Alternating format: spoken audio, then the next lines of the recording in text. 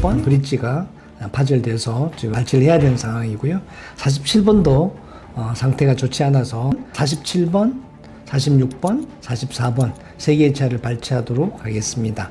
어떻게 정중앙에 임플란트를 식립할 수 있는가? 그것이 관전 포인트가 되겠습니다.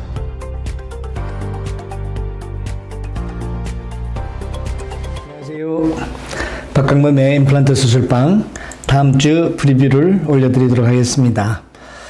이번 주 케이스는요, 어떻게 보면 좀 평이하다고 볼 수도 있는 케이스입니다. 파노라마에서 보시는 것처럼 45번, 46번은 미싱이고요. 46번 브릿지가 파절돼서 지금 발치를 해야 되는 상황이고요. 47번도 상태가 좋지 않아서 47번, 46번, 44번 세 개의 차를 발치하도록 하겠습니다. 네, 이거 되게 이용할 수 있는 뼈도 괜찮은 것 같고 별로 어려운 케이스도 아닌데 이런 게 케이스가 되냐라고 이야기하실 수 있겠지만 항상 베이스가 중요하죠. 베이직이 중요합니다.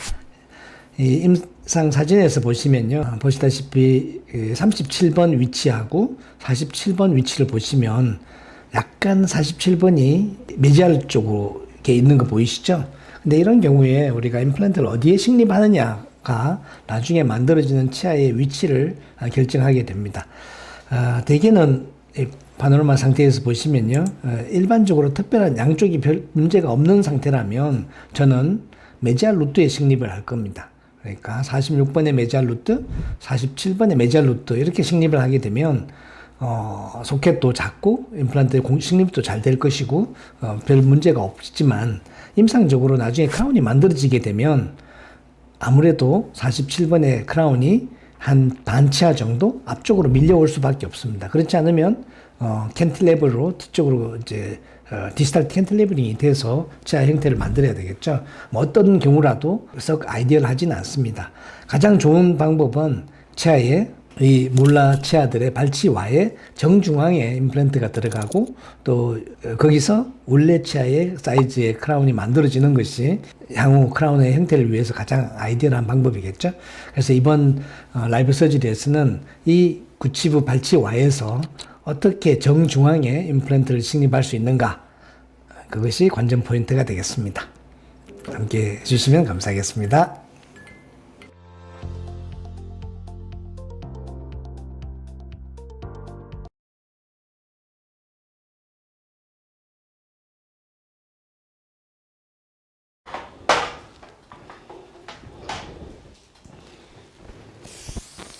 이쪽으로 이렇게 잡아주시고 너무 많이 당기지만 이렇게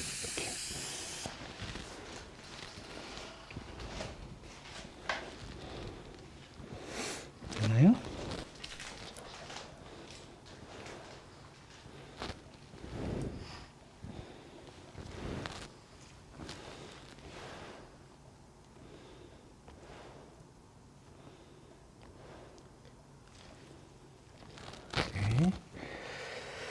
자, 오늘 4번에서 6번 이렇게 하게 되는데요. 7번은 세이브 하기로 했어요, 당분간. 그래서 원래는 7번은 루트가 이게 거의 싱글 루트인 경우가 많죠. 그래서 6번에 어떤 라지 소켓, 7번의 라지 소켓을 어떻게 처리할까. 또 6번에 풀캐싱이 넓게 되어 있으니까 셉탈본이 넓겠죠. 그래서 6번에서 셉탈본이 충분할 때에 어떻게 소켓을 매니지할까, 이렇게 두 가지 경우를 하려고 했는데요. 7번 세이브 하니까 다음 기회에 보도록 하겠죠. 자, 6번 발치와 몰라 발치와부터 하겠습니다. 발치를 잘해야, 특히 이미디어트는 발치를 잘해야 되니까요. 그냥 싱글로 한 번에 다 뽑기는 곤란하겠죠. 자, 스피드로 리트랙션 네, 하시고 물이 좀 나옵니다. 코를 천천히 숨을 쉬시고요.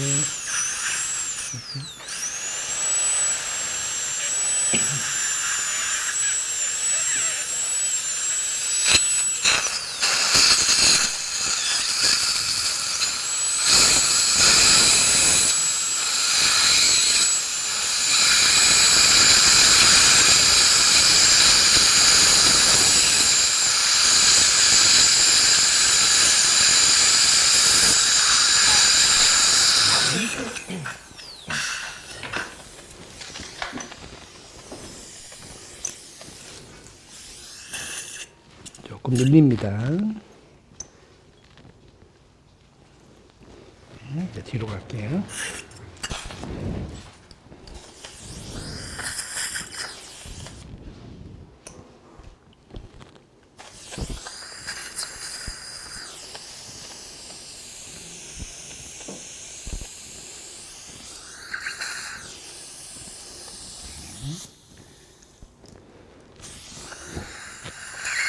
구치부에 있어서 이게 아주 안정적인 임플란트 치료가 되려면 실은 septal분 아니 제로본러스 컨셉 토마스 링키베시우스의 제로본러스 컨셉을 잘 이해를 해야 되죠. 소켓이 어떻게 리모델링 될 것인지를 이해를 해야지 그 위치에 임플란트를 갖다 놓을 수가 있을 겁니다. 그렇죠?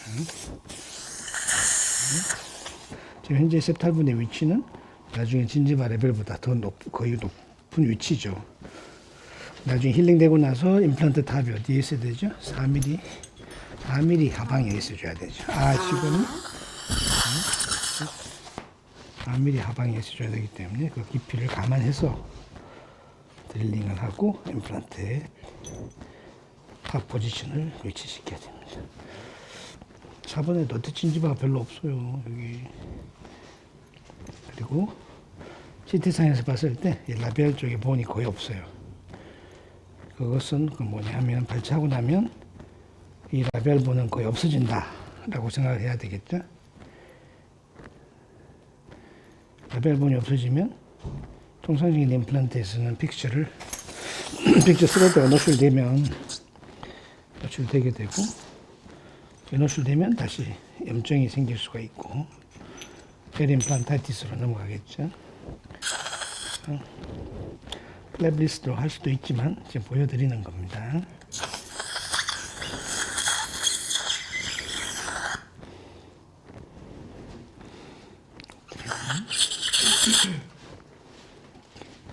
소켓의 컨디션을 보시라고.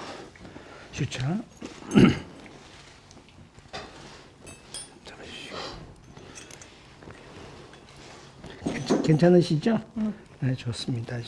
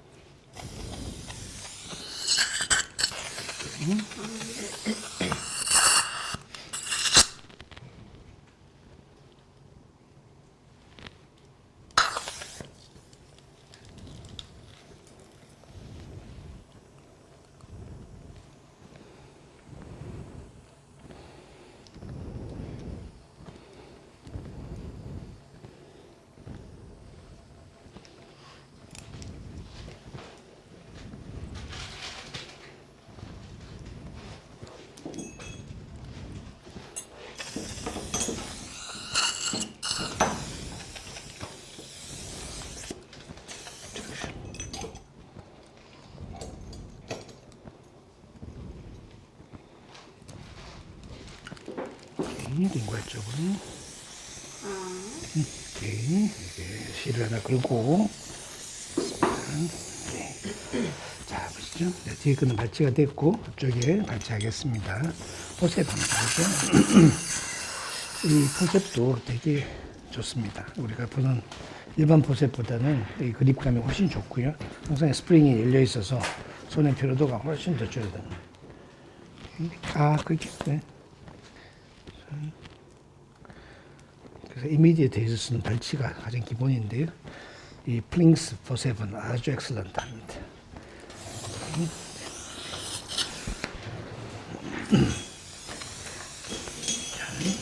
자, 보시다시피 버칼본은 되게 얇아요.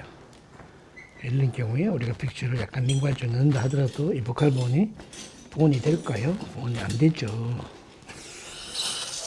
그 때문에 익스포즈 되는 것을 감안할 수밖에 없습니다. 약간만 당겨줄래요?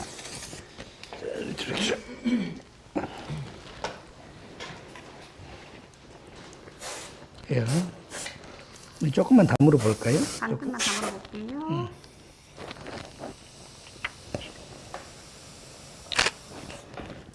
오케이, 다시 아시고 이쪽으로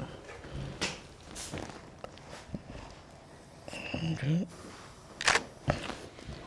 됐습니다. 그래서 이렇게 버칼 쪽으로 우선 뒤쪽에 6번부터 먼저 해볼게요. 6번은 이렇게 댄사버를 사용하겠습니다. 셉탈 부분이 지금은 한 아시고 한 2mm 정도 되거든요. 근데 여기서 그냥 드릴링해서 본으로 세는 것이 아니라 이 셉탈 본을 확대시키면 훨씬 더 좋은 결과를 가져올 수 있습니다. 크리스탈 본에서 너브까지 거리가 한 10mm 정도인데요. 약간 더 서브 클래스로 가야 되겠죠. 나중에 제로 보너스 컨셉으로서 4mm 소프티슈 깊이를 가지려면 한 보너스부터 한 1.5mm 정도 더 내려가야 될 것 같습니다. 그래서 섹터를 그래서 10mm 덜링은 하고 실제로 픽슈는 8.5가 들어가도록 그렇게 하겠습니다.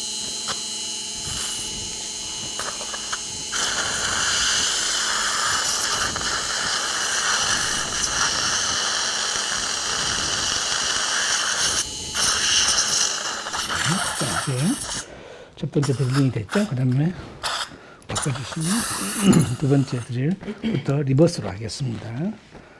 리버스 아시고 다시 물이 좀 나옵니다. 이제부터는 삭제가 아니라 확대 모드로 가는 거죠.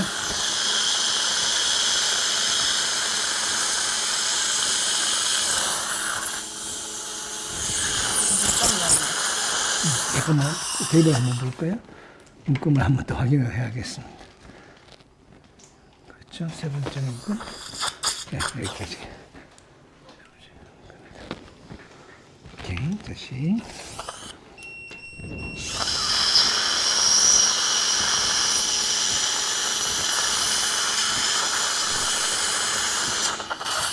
벤서브를 사용할 때는 항상 시간을 줘야 됩니다. 이제 본이 여기 익스펜진에 반응할 수 있는 시간을 너무 급하게 하는 게 아니라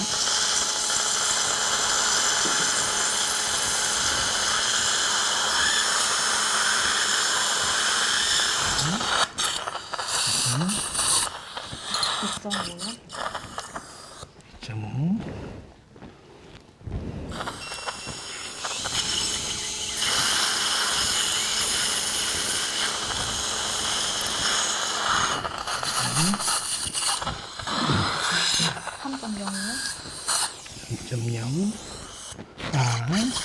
이게 사실은 이게 메탈이나 디스탈로 미끄러져 버리면 나중에 크라운이 이 모양이 제대로 안 나오겠죠. 이렇게 딱 정중앙에 들어가줘야지 힘도 제대로 받을 것이고.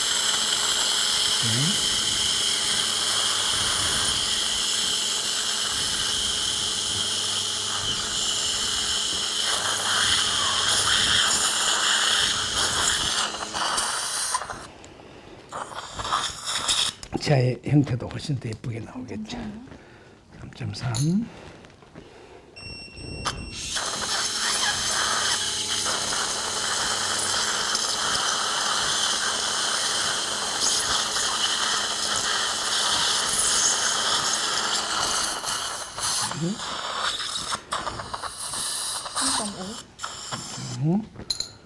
3.5라는 것은 이 끝과 테이프, 중간 부위가 3.5라는 뜻이죠. 지금 한 단계는 테이프로, 또 한 단계는 스트레이트로 이렇게 해서 테이프와 스트레이트가 반복되면서 4.0. 지금 여기는 4.4를 사용하려고 합니다. 4.1 블루 다이아몬드니까 4.1도 충분하겠지만, 조금만 더 크게 하시고, 잘 되고 있습니다.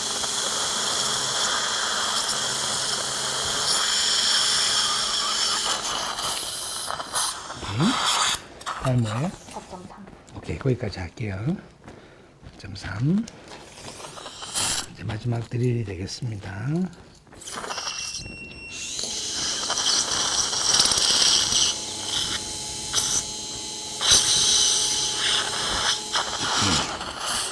자, 부토를 한번 할게요. 4.4에 8.5 하겠습니다. 자, 부토, 디렉션. 이렇게.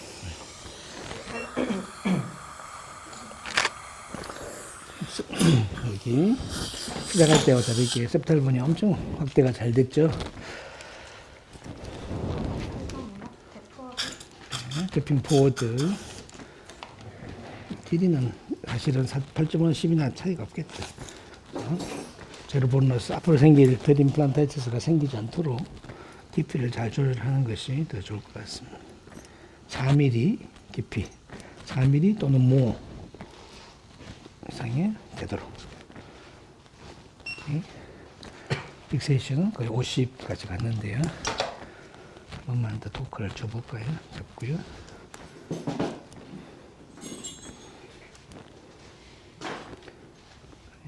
60, 70 정도. 자, 깊이는 크레스트에서 약 1.5mm, 한 2mm 정도 더 내려갔습니다. 한번 더 부탁하겠습니다.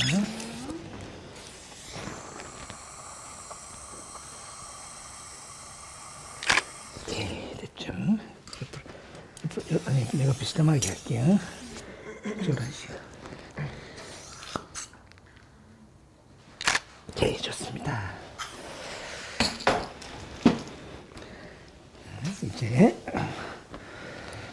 앞에 6번 하기 전에 앞에 4번을 할게요. 4, 5, 6 할 건데요.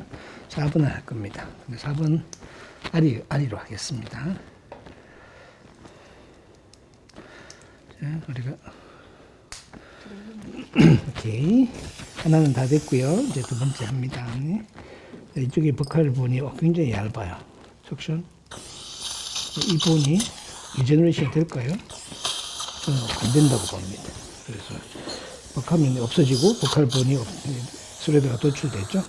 그래서 링괄 본에 붙여서 들어가되 이 본이 없어져서 텍스처가 드러나더라도 문제가 되지 않도록 그렇게 하겠습니다.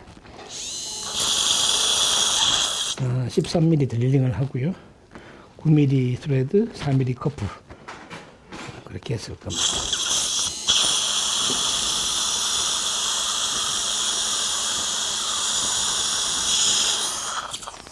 바꿔주시고. 빗점을 바로 드릴게요. 네. 13은 두 번째 스레드 바튼, 두 번째 스레드의 밑이죠. 네. 13은 두 번째 스레드의 밑에.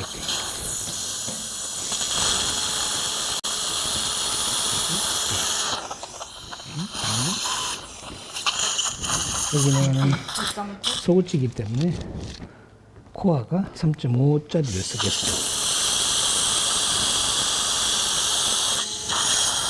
본이 약간 소프트합니다.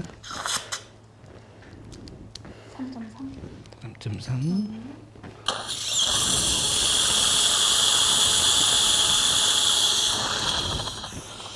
삼성육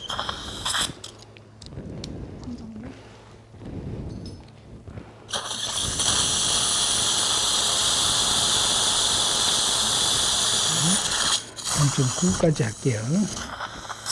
지금 3.5 코어로 가면요. 이게 픽처 스레드의 가장 큰 부분은 4.5입니다.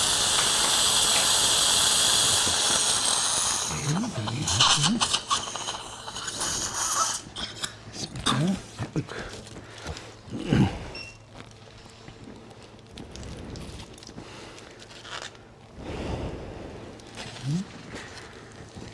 3.5코어에 4.5에 4.5에 9, 커프는 4. 그러니까 4mm 정도 버칼본이 없어져도 이게 페리임플란타이티스를 일으키지 않도록 하는 겁니다.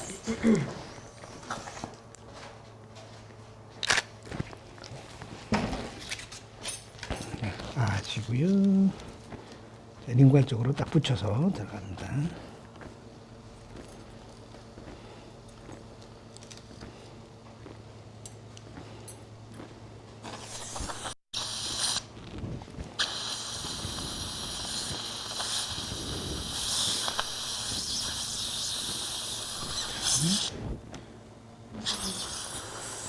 픽세이션 약 25뉴턴 정도 됐고요.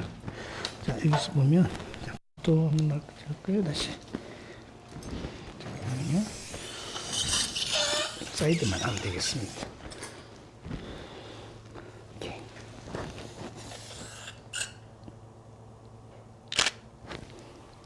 한번 볼까요? 마운트를 제거하고.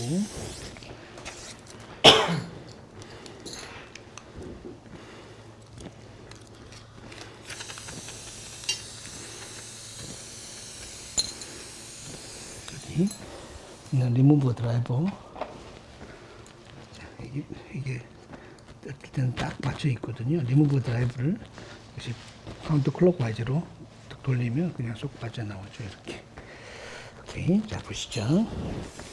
픽처 석션. 앞에 버칼 쪽이. 오케이.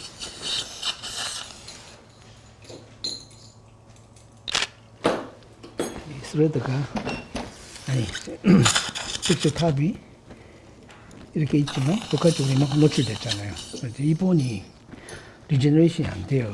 그래서 리제너레이션이 안 돼도 전혀 문제가 없다 하는 것이 지금 현재 제가 하고 있는 방법인데요. 아주 좋습니다. 앞쪽에는 스캔 힐링 주실래요? 스캔 힐링. 아래 스캔 힐링 5mm짜리로 주세요. 네, 하고 자, 다음에 가운데 하나 더 하겠습니다. 앞에는 가운데는 뭐 힐링된 리치니까 조금만 하겠죠. 자, 그게 왜 앞뒤 먼저 하느냐면 위치를 보려고 그럽니다. 6번, 여기가 5번이 되겠죠. 여기도 분지반은 얇아요.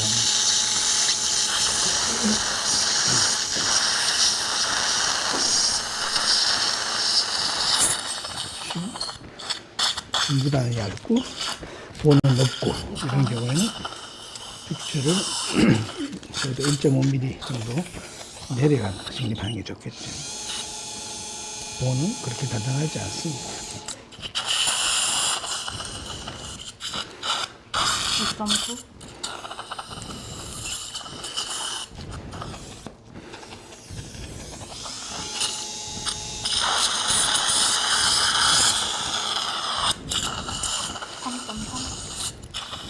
여기는 4.2 대 10 하겠습니다.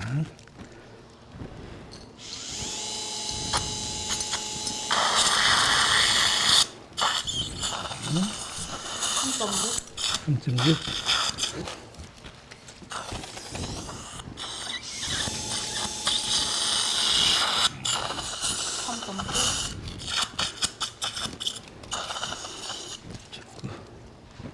네, 픽처 주세요.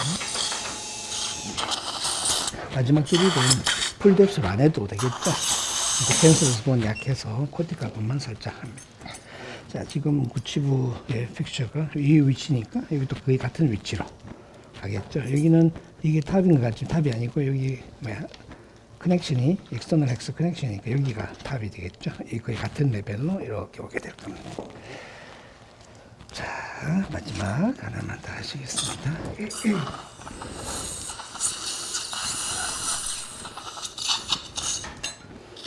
자, 그게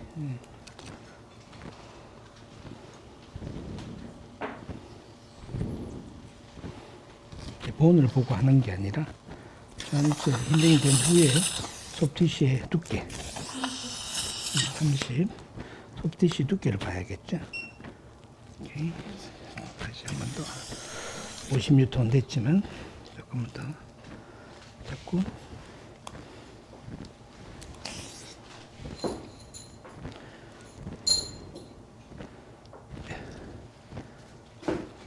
정도 가야지 아마 지금 현재 있는 빈집안 두께를 감안했을 때는 이 정도 돼야지 아마도 여기 제로 본로스가 되지 않을 거라고 생각합니다. 자, 리트랙션 이쪽으로 오케이.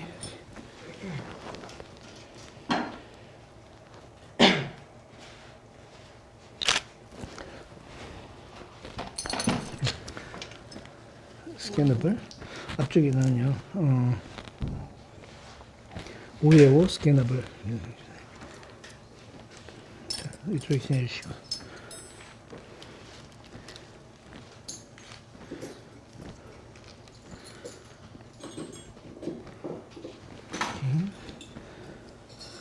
자, 여기 이 본을 리저너레이션을 해야 될까요? 그래서 약간의 그래프트는 하는 게 좋겠네요. 그런데 밭에 고티카 본은 리저너레이션 안 되죠. 이 본은 없어진다고 봐야 되죠. 다음에 BD의 스캐너블 힐링 5에 5 다시 주세요. 론저 좀 줘요. 론저. 예, 아주 샤프한 본은 힐링을 연결하기 힘드니까.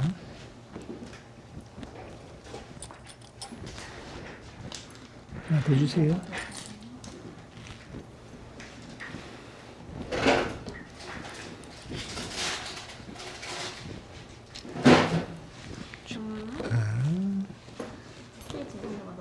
칠이 좋겠습니다. 7로 하는 게 좋겠습니다. 아나토미 힐링도 7mm 값으로 주면 좋겠습니다. 천천히. 값 7이죠? 오케이, 됐어요. 론저 좀 주시고요.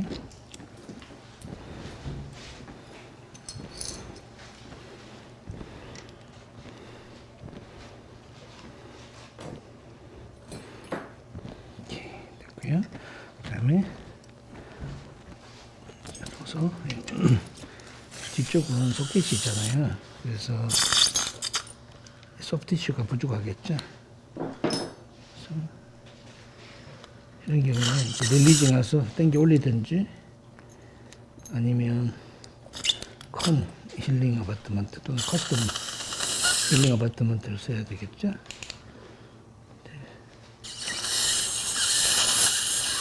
소프티슈의 무브먼트, 이렇게 마지널 진지바의 움직임은 최소화하는 것이 항상 좋습니다. 이렇게 소켓의 크기를 봤을 때는요, S10 딱 센터에 들어갔기 때문에 이 정도가 맞을 것 같습니다. 이 정도로 해볼게요. 이쪽에 볼까요? 이게 아나토미 힐링 버튼먼트의 종류들입니다. 그죠? 사이즈 모양에 따라서 다양하게 되어 있고요. 커프가 지금 7mm짜리입니다. 너넥스예요. 지금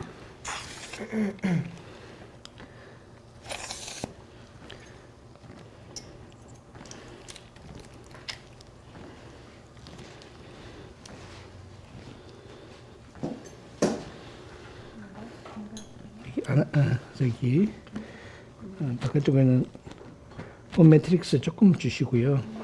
이쪽은 뒤쪽 소켓은 알로그래프트 메가우스 하겠습니다. 자, 이렇게 이런 소켓이 힐링 상태를 가지죠. 자, 트랙션 이쪽으로 약간만 주시고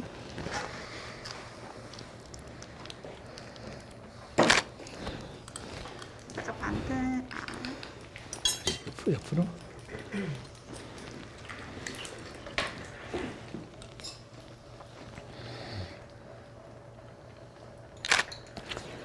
이 아나토미 힐링 어바트먼트는 그냥 그 자체로 그 형태를 이렇게 크라운의 형태를 잘 만들어 줄 수 있는, 그러니까 제니스를 살리는 그런 장점이 있지만 소프티슈 움직임을 최소화할 수 있다는 것도 굉장히 큰 장점이죠. 릴리징 없이 원이 만들어진다 하면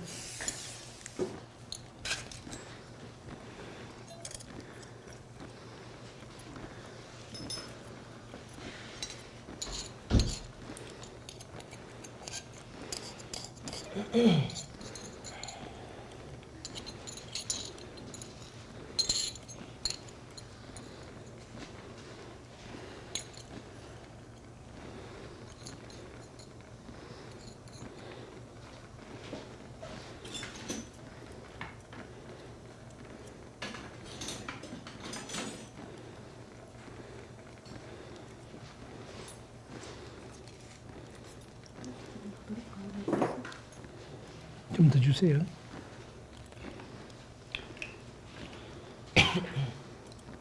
디스탈 소켓. 딱 세탈에 들어갔으니까 소켓 주변에 소켓 전체가 디펙이 되어 있겠죠. 그래서 세탈가 조금 더 많이 들어가는 것 같습니다.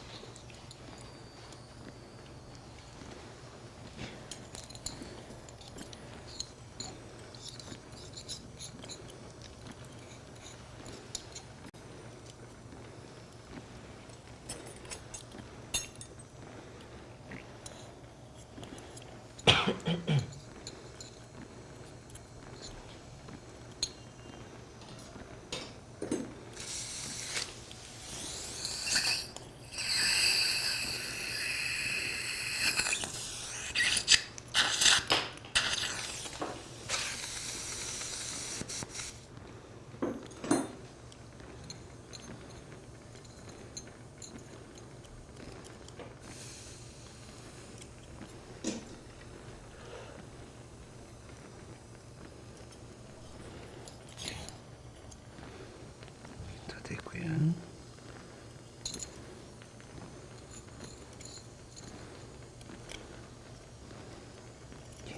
아, 그게 디스플레이 관점은 거의 없고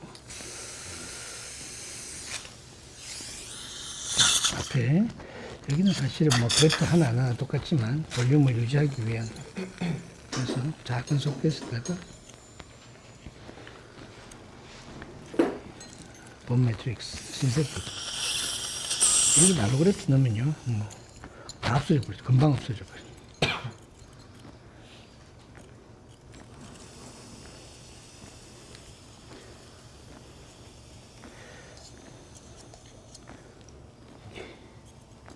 됐습니다.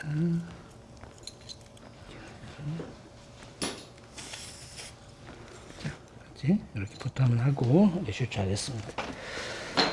다 됐고요.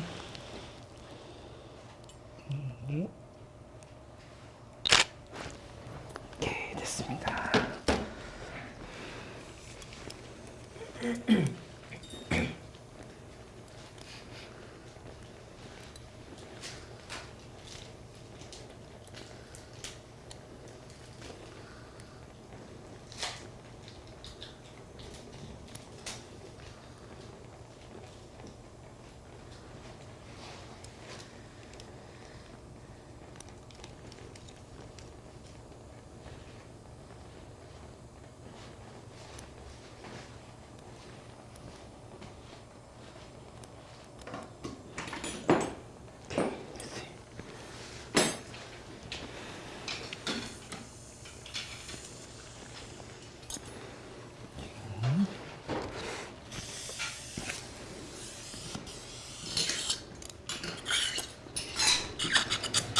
오른쪽에 약간만 저 비스탈은 제가 수출하지 않았고요.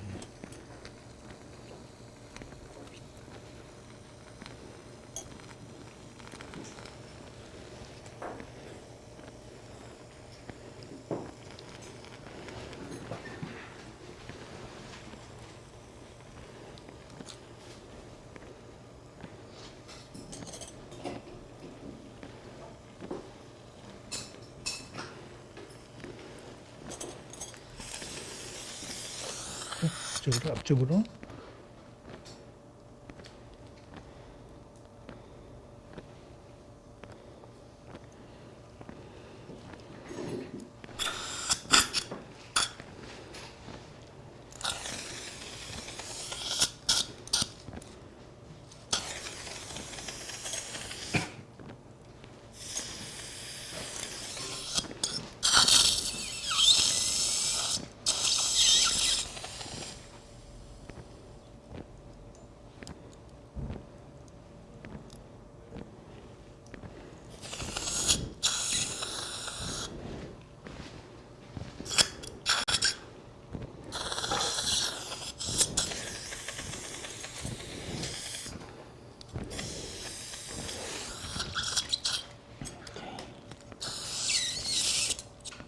파이브 제로 약간만 다 물어보세요. 5제로 하나 주세요.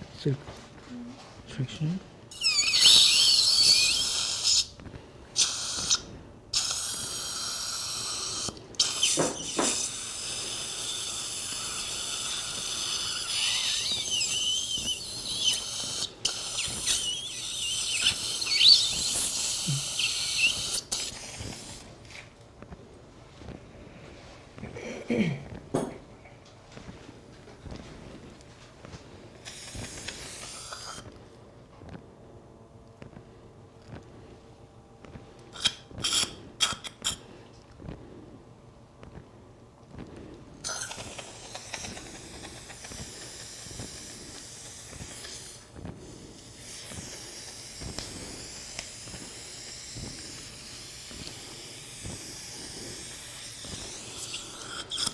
스티치는 속에 좀 찝혔습니다. 한번 한 번을 교체해 놓으겠습니다.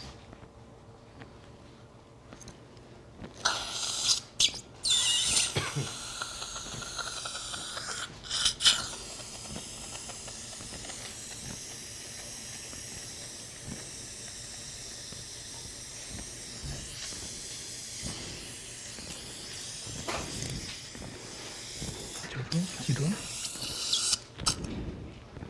여기 리세션, 진지바 리세션이 있는 부분이니까 옆으로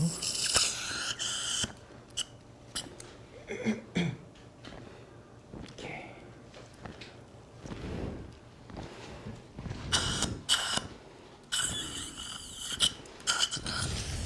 옵스 옆으로 갈게요. 그대로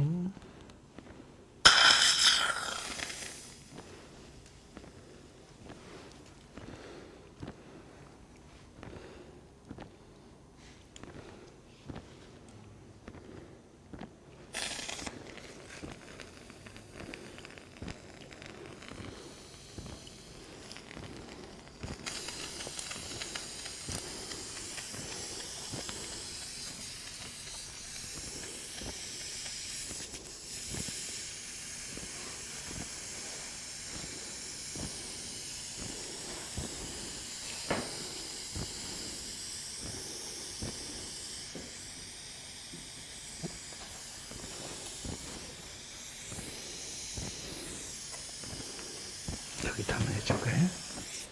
약간 리세션이 있었으니까.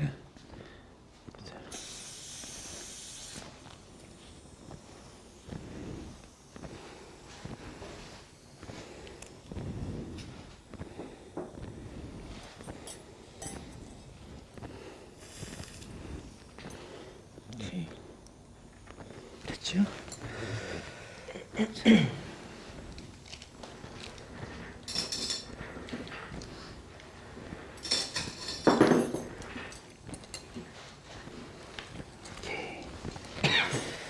됐습니다.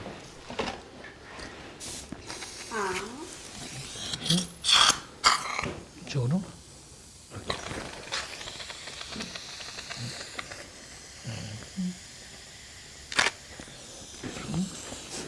살짝 반. 조금만 담으세요. 네, 그만큼만. 오케이. 이를 빼고.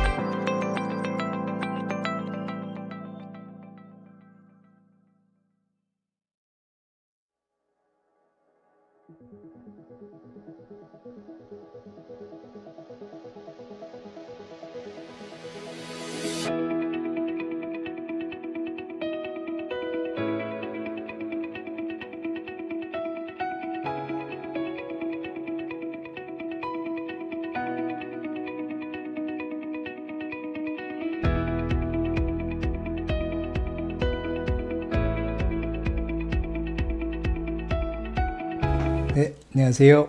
함께 해주셔서 감사합니다. 오늘 수술은 비교적 간단했죠. 대개는 한 30분 안에 끝날 수 있는 그런 케이스였습니다. 우리 김현 원장님 질문은 우리 영업팀에서 모시도록 그렇게 하겠습니다. 뭔가 좀 불편하신 점이 있었던 것 같네요. 바로 해결할 수 있도록 해보겠습니다. 그 다음에 Translation English. 네, 영어는 저녁 때쯤 이게 서브타이틀이 붙어서 나가게 될 겁니다. 그래서 내일부터 오늘 저녁 때부터 내일 한 오후 2시까지 오픈되어 있을 겁니다. 그다음에 기린분 픽처 식립시 토크값 최대치는 어느 정도로 보시는가요? 이게 디자인에 따라 다르거든요. 그래서 어떤 픽처가 어느 정도의 맥시멈 토크를 가져야 되느냐 하는 것은 임플란트 디자인과 연관되어 있습니다.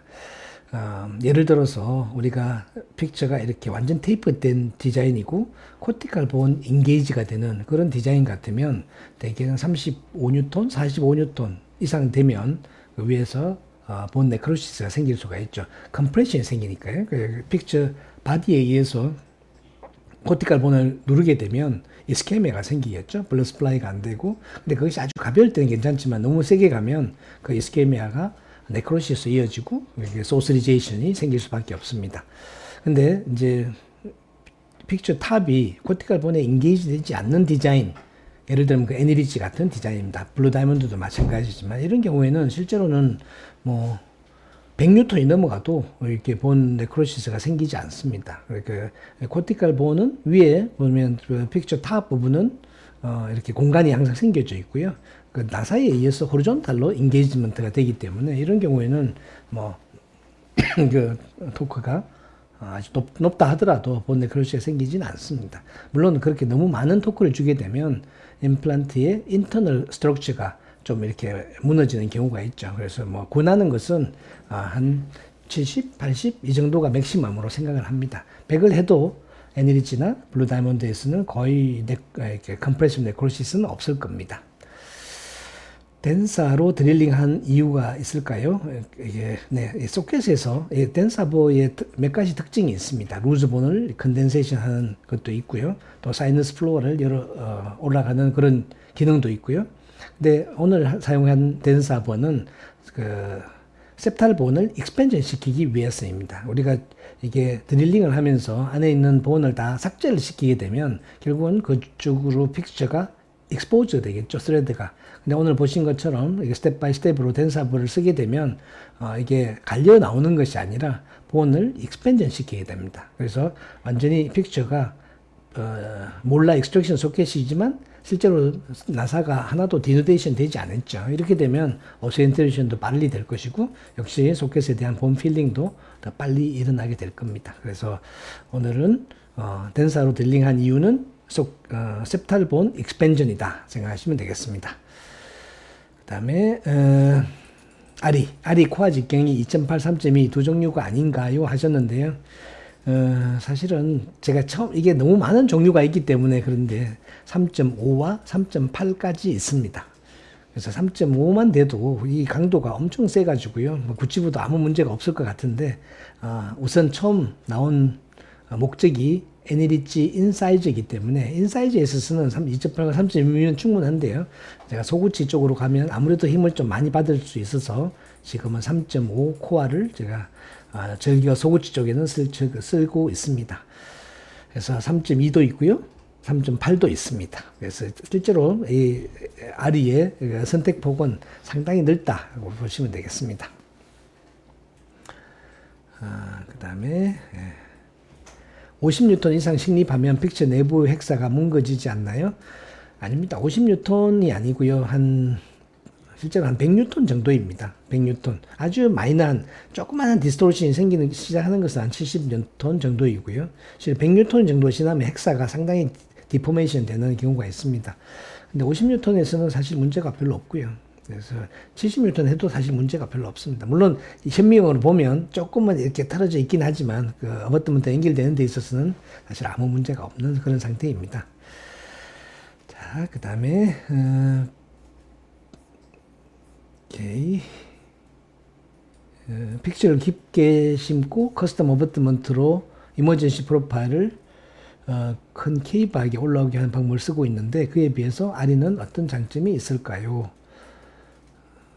네, 이게 이제 전형적인 어떤 프로세틱 방법이죠. 그렇게 임플란트를 조금 더 깊이 심고 이렇게 소프티슈 컨투어를 만들 수 있는 거리를 충분히 확보하면서 이렇게 컨케이브 하면서 이머전시 프로파일을 만들어낸다.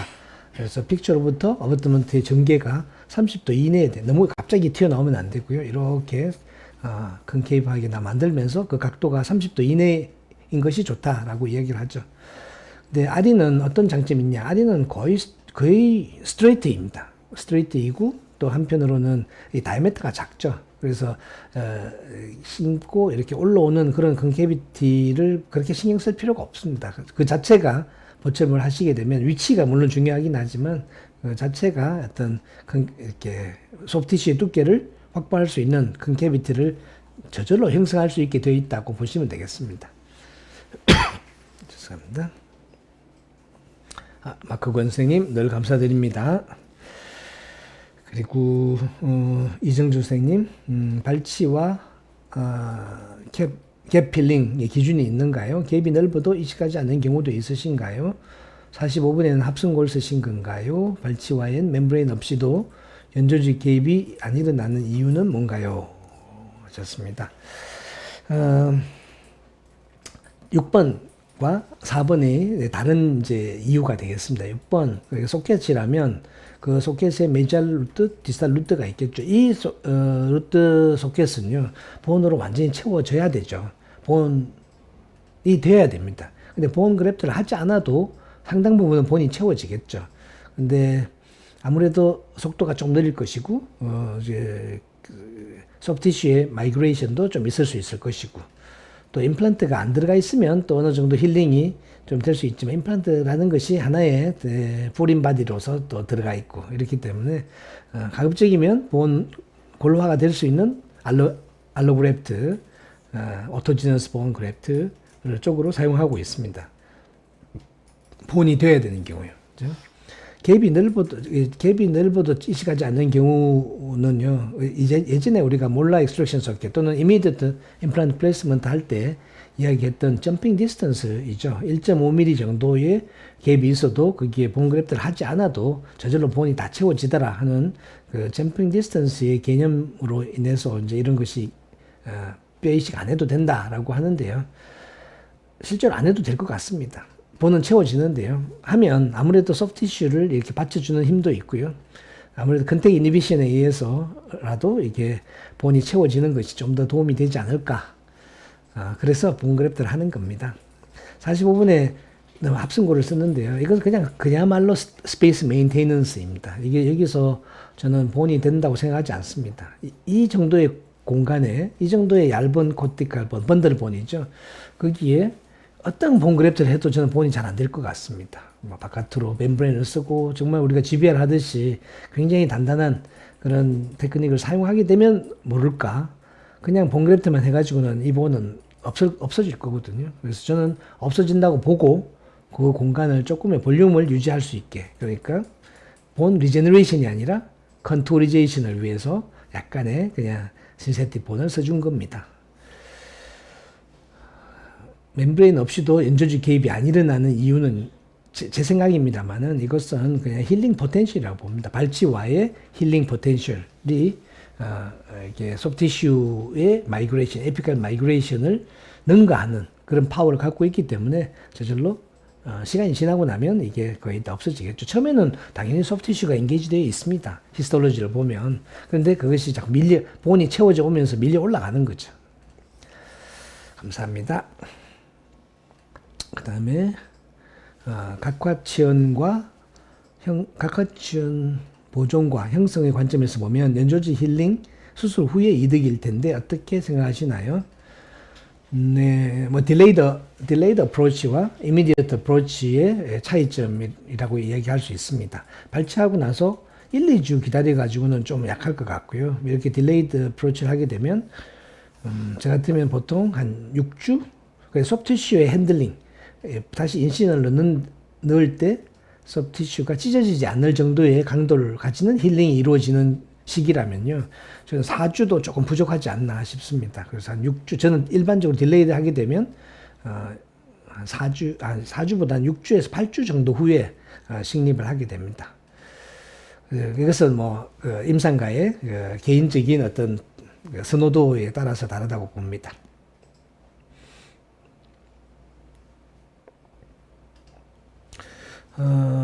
혹시 소구치 루트 발치할 때 사용하는 포셉 이름을 여쭤봅니다. 이 플링스라고요. 플링스라는 포셉인데 미국에서 만들어진 건데요. 예전에 쓰던 우리가 전통적인 포셉에 비하면 이건 정말 좋습니다. 값이 조금 있긴 한데요. 이거 거의 라이프타임 워런티가 된다고 그래가지고 제가 시리즈를 사가지고 사용하고 있는데요. 굉장히 괜찮습니다. 그래서 이것은 적극적으로 권해드리고 싶고요. 제가 제품에 대해서 질문하신 분들이 많아가지고 제가 다음부터는 제가 프리뷰할 때 프리뷰 마무리에 그동안 들어왔던 질문들에 대한 어떤 제품에 어디서 구입하실 수 있고 가격은 어느 정도이고 이런 기본 제가 사양을 제가 올려드리도록 하겠습니다. 다음에 그냥 쓱 지나가는 것보다는 혹시라도 필요한 정보를 제품에 대한 정보를 얻으실 수 있을 것이기 때문에 그렇게 하기로 했습니다. 다음번에 이 플링스도 올려드리도록 하겠습니다. 이름은 플링스입니다. 플링스. FRING 플링스입니다. 다음에 중국에서 온 질문인데요. 후기에는 케라틴 진지바가 부족하지 않을까요? 아마도 괜찮을 겁니다. 지금 이 정도의 티슈라면 힐링이 되면 지금 역시 앞에서 우리 어버트먼트 만들듯이 픽처는 작고 이렇게 이머전시 프로파일을 가지도록 만들어져 있기 때문에 충분한 소프티슈 티크니스가 만들어질 거고요. 거의 대부분은 괜찮았습니다. 그런데 혹시라도 만일에 부족하다 하면 그때 가서 프리진지바 그래프트를 하면 되겠죠. 그래서 뭐 딜레이드 하는 것보다는 저는 가급적이면 동시에 합니다. 그래야지 환자는 수술 한 번만에 마취를 2번 하지 않아도 되는 거니까요. 그렇게 하는데 뭐 가끔씩은 말씀하신 것처럼 진지바가 부족한 경우가 생깁니다. 그런 경우에는 템포럴이나 또는 파이널 보철물이 들어간 다음에 프리진지바 그래프트를 해서 부착 지연을 확보하는 그런 순서를 가지고 있습니다. 다음에 발치와 적시 수술의 경우에 에이펙스에서 고정력을 얻어서 수술을 쉽게 끝낼 수 있지만 기능력이 가해지는 경우 상부 코티칼에 응력이 집중되는 걸로 알고 있습니다. 따라서 보철 제작을 할 시점에 상부 코티칼의 완전한 골 형성이 중요할 것 같은데요. 로딩 시기는 어떻게 정하는 게 좋을까요? 실제로 뭐 지금 같이 발치와에서 식립을 하게 되면 상부에서는 거의 인게이지먼트가 없다고 봐야 되겠죠. 물론 지금 6번 위치에서는 제가 septal bone expansion 시키고 좀 깊이 식립을 했기 때문에 거기에 이제 소켓에 septal bone에서도 약간의 고정이 얻어지긴 했겠지만 일반적으로는 위쪽은 이렇게 비어져 있겠죠.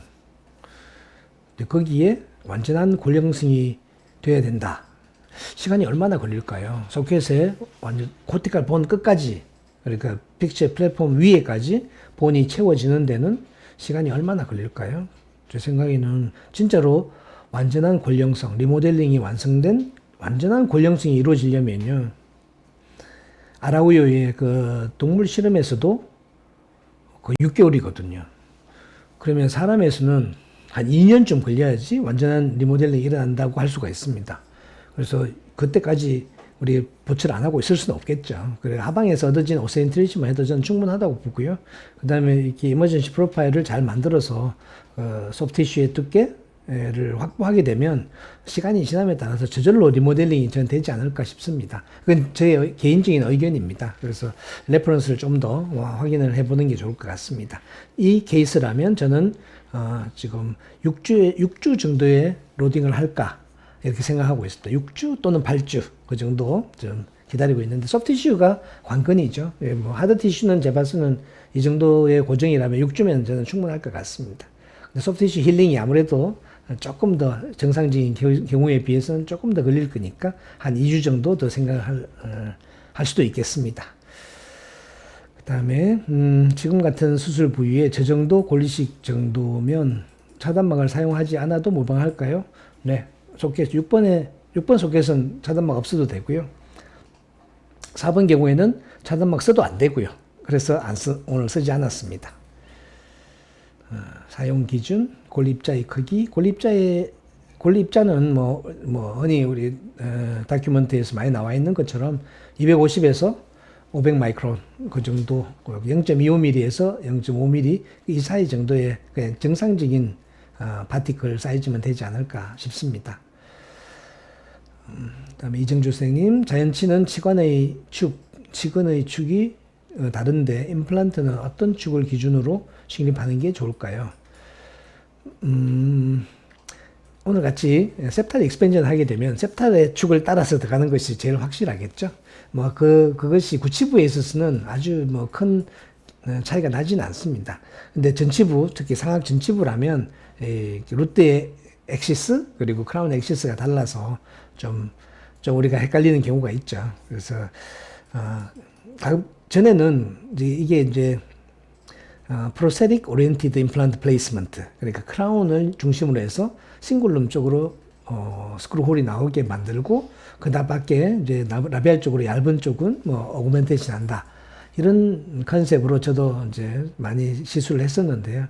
지나고 보니까 그렇게 하는 경우에 라비알 본이 너무 빨리 없어지는 경우가 많이 생겼습니다. 그래서 요즘은 가급적이면 팔라탈 본 쪽으로 더 붙여서, 그러니까 본을 따라서 식립한다. 그 말씀 이대로 하면 치근의 축에 따라서 식립하고, 보철은 그게 많은 여러 가지 어버터먼트 옵션들이 있으니까요. 커스텀을 하든지 또는 멀티 유닛을 쓰든지 이렇게 해서 그런 각도를 수정하는 쪽으로 지금 하고 있습니다. 그리고 게랄도 카바흐이라는 분, 세부 필리핀에서 이렇게 인사를 해주셨네요. 반갑습니다. 그 다음에 잠깐만요. 그 다음에 아메드 질문은 영어로 되어 있는데, Do you think there is a muscle pull which may aggressive soft tissue healing, aggravate soft tissue healing in the future? 이 케이스에서는 머슬 풀이 없었습니다. 프레날 풀이 생길 수도 있고 또 머슬 풀이 있을 수도 있겠죠. 근데 이니셜 힐링 때는 저는 일단 두고 봅니다. 그리고 만일에 스티치하고 힐링이 이어지면서 머슬 풀이 진지바를 잡아당기게 된다면 그때는 레이저나 간단한 그 수술을 통해서 그 풀링을 이제 없애주는 것이 더 좋겠죠. 머슬 풀이라면 조금 더 다루기가 힘들겠죠. 머슬 풀이라면 특히 구치부 같으면 FGG 프리진지발 그래프를 할 수밖에 없는 것 같습니다. 다시 중국에서 질문이 왔습니다. 46번, 왜 만춤 힐링 어버텀들을 사용하고 고정 브릿지 보철을 위해서 두 개의 임플란트를 사용할 수 없습니까? 했습니다. 네, 46번에 왜 힐링 어버텀들을 이렇게 아나토믹 힐링 어버텀들을 사용했느냐? 이게 아나토믹 힐링 어버텀 다양한 모습이거든요.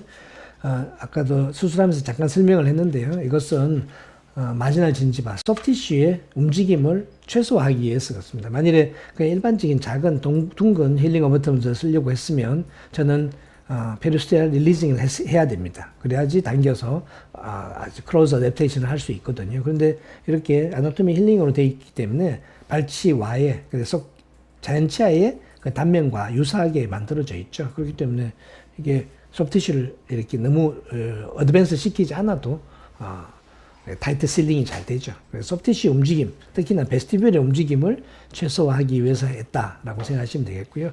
두 개만 해도 되지 않느냐? 네, 두 개 해도 사실은 이 케이스는 괜찮은 것 같습니다. 두 개 해서 46번에서 44번까지 3유닛 브릿지를 해도 사실 무관할 것 같습니다. 근데 환자분이 원하시니까 제가 해드린 겁니다. 그 다음에 본 멤브레인이 필요 없으신가요? 본 리제너레이션에 영향을 미칩니까? 그렇지는 않습니다. 앞에서 설명을 해드렸지만 이런 정도의 소켓이라면 멤브레인은 별로 의미가 없을 것 같습니다. 의미가 없다는 것이 더 옳은 표현인 것 같습니다. 다음에 이미디어트 임플란트 후에 초기 안정성이 안 좋고 상처는 제때 아물지 않으면 어떤 방법이 있을까요? 이미디어트 임플란트를 했는데 초기 안정성이라는 것은 스테빌리티가 이니셜 스테빌리티가 안 좋은 경우이겠죠. 스테빌리티가 안 좋으면요, 임플란트 식립을 포기하시는 것이 제일 좋습니다. 그냥 본이 약하고 스테빌리티가 안 잡히니까 좀 기다렸다가 하시면 좋겠죠. 보통은 한 2, 3개월 기다렸다가 새로 하시면 되는데요. 만일에 여러분이 그 임플란트의 다양성, 다이아메타라든지 스트레드 뎁스라든지 다양성을 갖고 있다면 어떤 경우에도 초기 고정성을 잡을 수가 있습니다. 그래서 그게 사실은 엔리지의 가장 기본 컨셉이라고 보실 수 있겠습니다.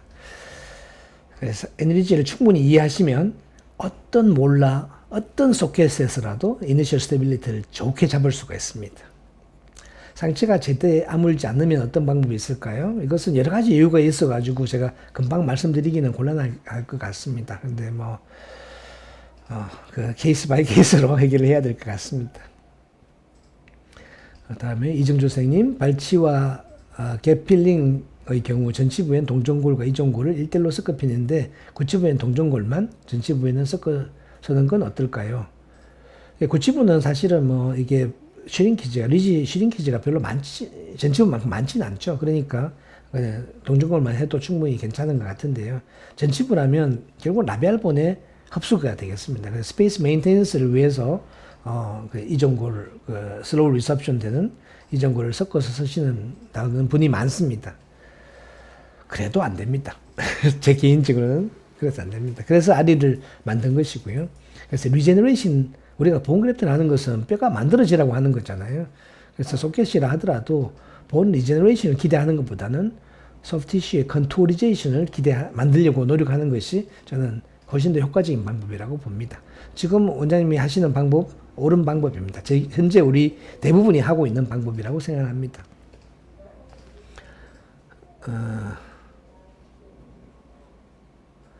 다시 바나 인베스트먼트에서 주신 건데요. 왜 큰 힐링 어버트먼트를 구치부에서 사용했느냐? 제가 앞에서 이미 답을 드렸다고 봅니다. 소프티슈의 움직임을 최소화하기 위해서다. 입니다. 특히나 베스티뷸의 높이는 제네티컬리 디터민 되어 있거든요. 그래서 이것을 당겨서 올리면 다시 내려갑니다. 그러다 보면 또 컴플리케이션이 생기기도 하고 하니까 강제적인 움직임을 안 만들려고 그러는 거고요.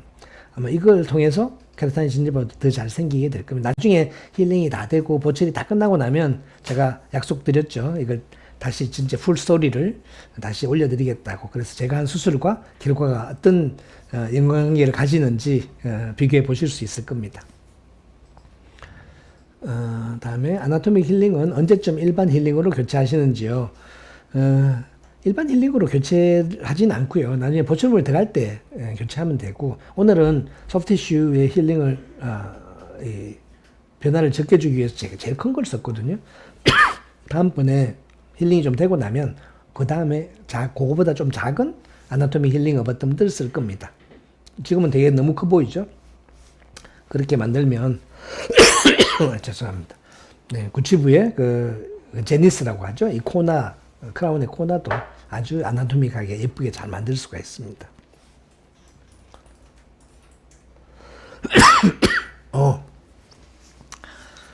우간다에서 주시면 지금 시차가 많을 텐데 함께 해주셔서 감사합니다. 네, 여기까지 오늘 질문인 것 같습니다. 제가 감기가 있어가지고 기침도 자꾸 나서 죄송하고요. 한 가지만 더 광고를 드리려고 합니다. 그동안 여러분들이 많이 궁금해 하셨던 아리 시스템에 대해서 드디어 책이 출간이 되었습니다. 그래서 우리가 한번 볼까요? 아리 임플란트는 지금은 이제 한국어로만 이렇게 출간이 됐는데요. 아마 내년 초쯤 되면 영문으로도 출간이 될 것 같습니다. 그래서 혹시 궁금하신 분은 여기 화면에 나가는 곳으로 이렇게 문의를 주시면 이분이 저희들이 어떻게 보면 제 책의 딜러입니다. 그래서 이쪽으로 전화 주시면 구입을 하실 수 있을 것 같습니다. 하여튼 책에 그냥 케이스뿐만 아니라 왜 아리가 만들어졌느냐에 대한 레시널까지 쭉 이렇게 잘 적혀 있으니까요. 보시고 여러분의 의견도 함께 또 나눠주시면 감사하겠습니다. 오늘도 함께 해주셔서 감사합니다.